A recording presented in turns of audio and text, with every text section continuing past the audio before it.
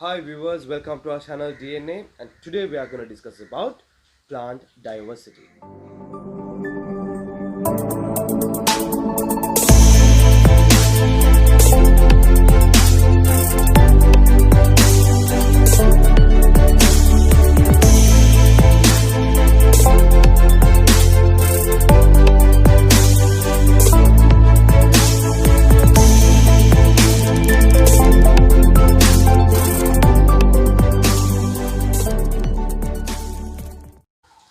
This chapter is from the grade 7 chapter number 1, and this chapter contains the different types of plants, their variations present among their leaves, their stems and their roots, as well as their flowers. So this is what we are going to explain today. Before we discuss about the plants, first of all, I would like to explain you what an environment is, because as you all know, the plants and all the other living organisms are present within an environment. So an environment means the surrounding of us. That means whatever the living and the non-living components around us is the environment. Plants can be categorized into two main categories based on the nature of whether they bear flowers or whether they do not bear flowers. So the plants which bear flowers are called as flowering plants, and the plants which do not bear flowers are known as non-flowering plants. In your textbook table 1.1, you can see that they have given you different types of plants. In that they have given you an activity to separate the flowering plants and the non-flowering plants. So you can do this at home so that you can get more and more knowledge about this particular chapter. So let me move on to the next part, where it explains you about the main parts of a flowering plant. So below they have given you a diagram, and in that diagram they have labeled the parts of a flowering plant. You can see, let me just explain you in brief. You can see the taproot, you can see the lateral roots, the root system, the stem, the lateral buds, leaves, apical bud, branches, fruits, flowers and the shoot. So in the latter part of this section, they will explain you the functions of each and every part of this particular plant. Also, there are a lot of diversities present among these parts of the plant. Okay, let me first take the example of diversity present among plant roots. So as you all know, the root is the part of the plant that is present below the ground. And here the diversity among roots, you can see there are two different types of roots. Number one, you get the taproot system. Number two, you get the fibrous root system. So taproot means where a plant has a single large root which erects towards the ground. That is known as the taproot. And when you take a fibrous root, you get a large number of small roots present beneath the ground. So that is known as a fibrous root system. And also let me explain you about the functions of a plant root. As you all know, the first function is to fix the plant to the ground.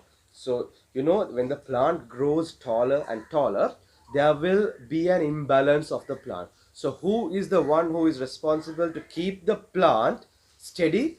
It is the root which helps the plant to maintain in a steady position. Number two is absorbing of water and minerals dissolved in the soil.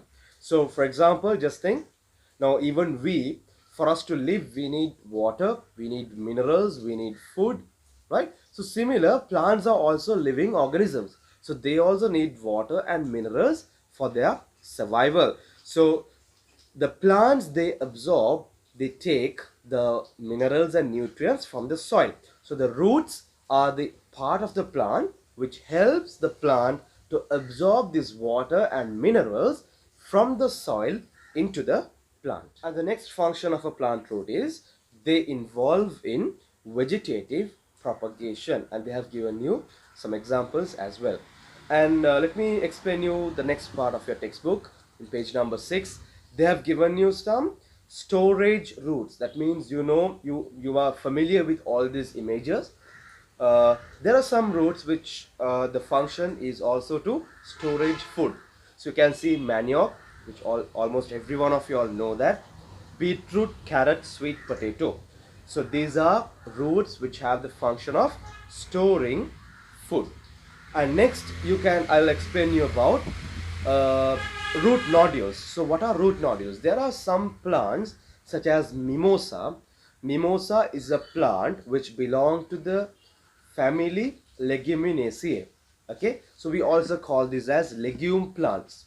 The speciality of these plants is that their roots, they have a nodule. So they have some nodules in the roots. So in these nodules there is a special type of bacteria called Rhizobium living within this nodule. These bacteria helps the plant to absorb the atmospheric nitrogen. So you will learn this in later grades, because in grade 8, 9 they will explain you what this bacteria do to the plants and what is the process it converts the atmospheric nitrogen into a nitrogen component where the plants can absorb. So as you all know, the whole environment, I mean the atmosphere, consists of 78% of nitrogen. So this 78% cannot be directly absorbed by the plant. So this bacteria will help the plant to absorb nitrogen from the atmosphere. But as I explained you earlier, you know that roots naturally they grow below the soil. But there are some exemptions here. So there are some roots which grow above the soil as well. In your textbook page number 6, they have given you some pictures. You can see that there are some roots, like for example, the common one is orchid, where most of you all would have an orchid plant in your home. So you can see the orchid plant has roots even above the soil. So these are some exemptions. They have given you aerial roots of orchid, prop roots of banyan, stilt roots of pandanus, and climbing roots of beetle, respiratory roots of Kerala. So these are some examples of different types of roots present above the soil. In table 1.2, they have given you the different types of aerial roots. Okay, so aerial roots means which are present on above the soil. Okay, so they have given you types of roots, their examples and the functions. So please go through this, because this will really help it will help you at your examination, because they can ask you questions on this table. So they can ask you give an example for a prop root, a plant with a prop root. So you should know what are the plants that consist a prop root. So please go through this particular table and memorize this table. I explained to you about the roots. Now the next part which I'm going to explain you about the stems. You know, stems are also, there are different types of stems. Okay, for example, I'll give you, you can picture these two examples in your mind. Picture the stem of a mango tree and picture a stem of a coconut tree. You can see how different these two stems are. So that means there is a diversity present among plant stems as well. So here I am going to explain you about the functions of a plant stem. So they have given you, it bears flowers, leaves, buds, fruits and seeds. So yes, the plant stem is the one which bears flowers, it bears leaves, it bears fruits. So it gives a support to all these parts. It supports the plant by keeping rigid. Yes, as I told you, the roots help to hold the plant to the soil, but the stems help the plant to stay erect. Without waving either sides, it will stay erect.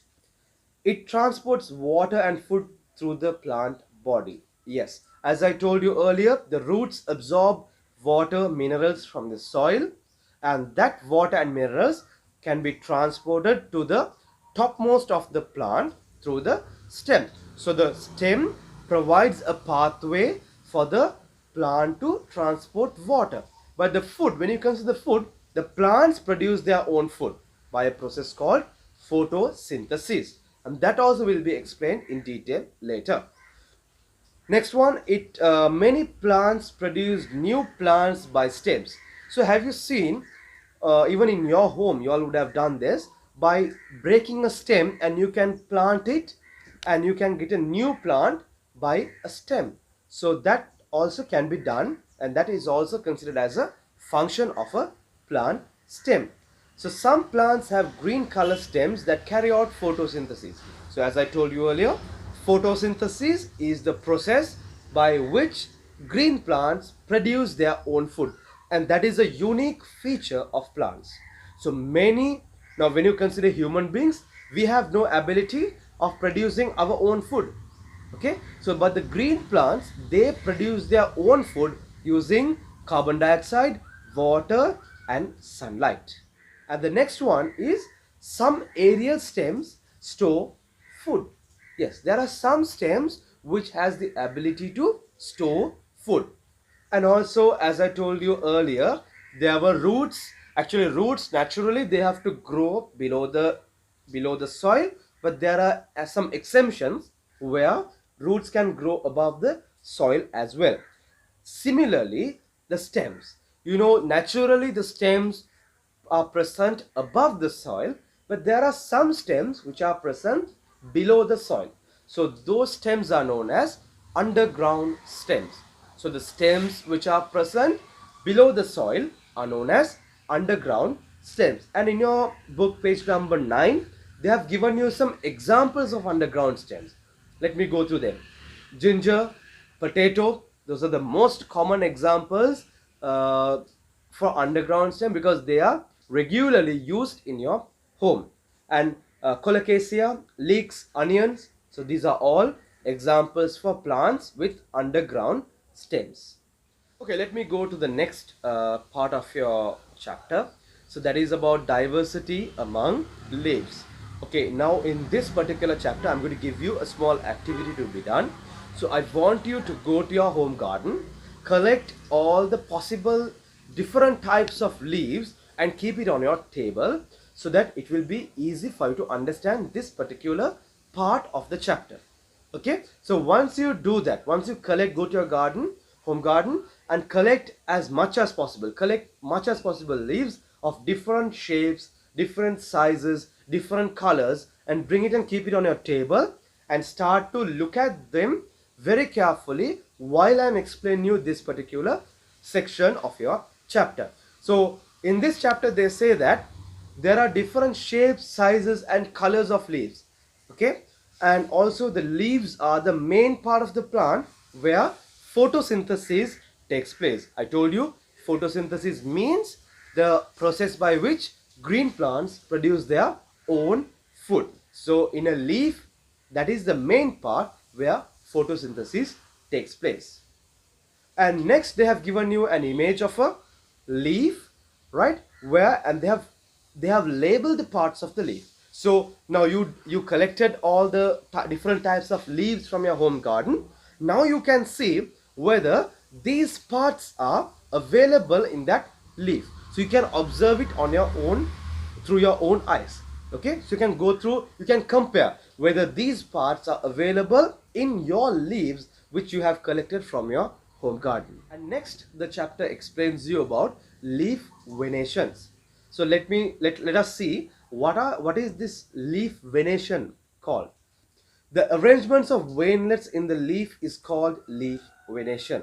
So you can, when you take a leaf closer to your eyes and observe very carefully, you can see a lot of vein-like structures moving in the on the surface of the leaves. So this is called as venation. And there are two types of venation, which is known as reticulate venation, and other one is parallel venation. So the previous activity I gave you to collect a lot of leaves. So I want you to observe each and every leaf which you collected and categorize them into reticulate venation and parallel venation. Next, we'll move on to the types of leaves. So there are simple leaves as well as compound leaves. So now you know, when you go to your home garden and observe the different types of trees present in your home garden, but you can see there are plants with leaves which are like single leaves, right? So single leaves means we call them as simple leaves, because they are present individually on a branch. So but there are some plants which are in compound nature. That means there is a the leaves, they are in a compound nature. So in your textbook they have given you some examples, where the most common example is coconut. When you see a coconut leaf, that you can see they are present in a compound manner. But there are, for example, mango. When you observe a mango tree, you can see the leaves are in simple form. So here you should understand that there are two different types of leaves. Number one is compound, and number two is simple leaves. Next, let's go to the last part of this video, which is the functions of plant leaves. So the first main function is the plant leaves are the main part of the plant, which is used for photosynthesis, that way which carries out photosynthesis. Number two is there are some plant leaves which store water, and like acapana, aloe vera. So aloe vera you might have seen at your home. So aloe vera also is a plant leaf which stores water. And number three, some leaves produce new plants. So for example, acapana, there's an image given in your textbook as well. So you can see from the leaf there are new plants which arise. In my next video, I will explain you the diversity present among plant flowers and the parts of the plant flowers, as well as the diversity present among fruits and seeds, and what are monocotyledonous plants and what are dicotyledonous plants.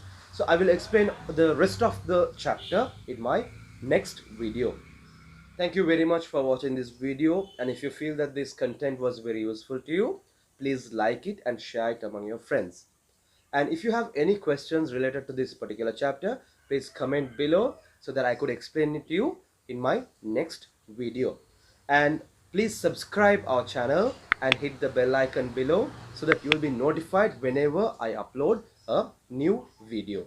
Thank you very much and have a nice day.